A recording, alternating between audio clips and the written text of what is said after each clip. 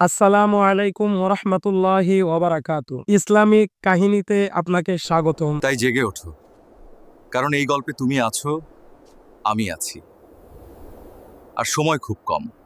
আজকে আরো একটি ইসলামিক শিক্ষণীয় গল্প শুনব, যেটা শোনার পর আমাদের ইসলাম সম্পর্কে আরো অনেক ধারণা হবে এবং মানুষকে সহযোগিতা করার নতুন নতুন উৎসাহ মিলবে। তো চলুন কথা না বলে আজকে আমাদের ইসলামিক শিক্ষণীয় গল্প আরম্ভ করি। একজন মহিলা কাজ করতেন একটি মাংস প্রক্রিয়াজাতকরণ কারখানায়। একদিন ডিউটি শেষে তিনি হিমাগারে ঢুকেছিলেন কিছু চেক করতে। হঠাৎ করে দরজাটা স্বয়ংক্রিয়ভাবে বন্ধ হয়ে গেল, আর ভেতরে থেকে সেটা খোলা যাচ্ছিল না। তিনি বারবার চিৎকার করলেন এবং বারবার দরজায় ধাক্কা মারলেন, কিন্তু বাহিরে কেউ শুনতে পেল না। এক সময় সন্ধ্যা হলো, সবাই কাজ শেষে বাহিরে চলে গেল, আর তিনি একাই থেকে গেলেন ওই হিমাগারে ঠান্ডা ঘরের ভিতর। ঘন্টা গেল, ঘন্টার পর ঘন্টা কেটে গেল। তিনি প্রায় অজ্ঞান হয়ে যাওয়ার উপক্রম হয়েছে। তখন কেউ একজন দরজাটা খুললো এবং তাকে ওই ঠান্ডা হিমাগারের ভিতর থেকে উদ্ধার করলো। পরদিন তিনি যখন কিছুটা সুস্থ হয়েছিলেন, তখন অবাক হয়ে জিজ্ঞাসা করতেছে, আমাকে কে উদ্ধার করলো? তখন তার বাবা বলল, তোমাদের ওই কারখানাতে বা ফ্যাক্টরিতে কাজরত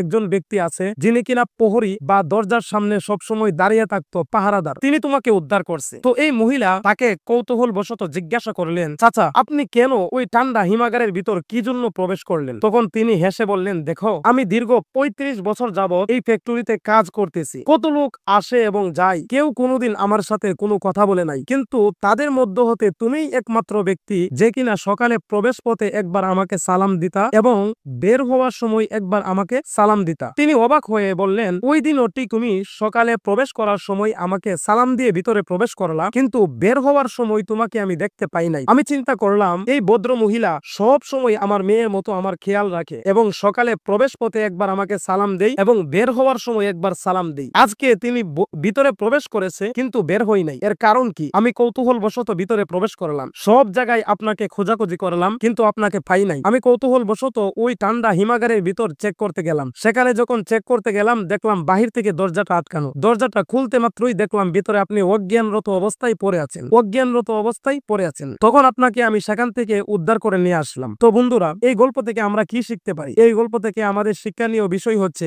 যে জীবনে সবাই ব্যস্ত, কিন্তু একটা হাসি, একটা সালাম কিংবা একটা হাই হেলো কারো দিনের আলো হতে পারে। হয়তো আপনার ছোট একটি হেলো বা ছোট একটি সালাম কারো জীবন বাঁচিয়ে দিতে পারে। তাই চলুন প্রতিদিন একটু ভালোবাসা ছড়িয়ে দেই, কারণ মানবতা ছোট কিছু নয়, এটাই আমাদের সবচেয়ে বড় পরিচয়। এই জন্য সবাই সবাইকে সালাম দিবেন। এই সালামের বিনিময়ে আল্লাহ তাআলা বড় বড় বিপদ আপদ মুসিবত থেকে আমাদেরকে রক্ষা করতে পারেন। সবাই ভালো থাকবেন, সুস্থ থাকবেন। আল্লাহ পাক রব্বুল আলামিন আমাদেরকে সঠিক পথে চলার তৌফিক দান করুক, আমিন। যারা আমাদের চ্যানেলটি এখন পর্যন্ত সাবস্ক্রাইব করেন নাই, অবশ্যই চ্যানেলটিকে সাবস্ক্রাইব করবেন এবং আমাদের চ্যানেলের মধ্যে প্রত্যেকটা ভিডিওতে একটি করে লাইক দিয়ে আমাদের নতুন ইসলামিক শিক্ষণীয় গল্প আনতে আমাদেরকে উৎসাহ প্রদান করবেন।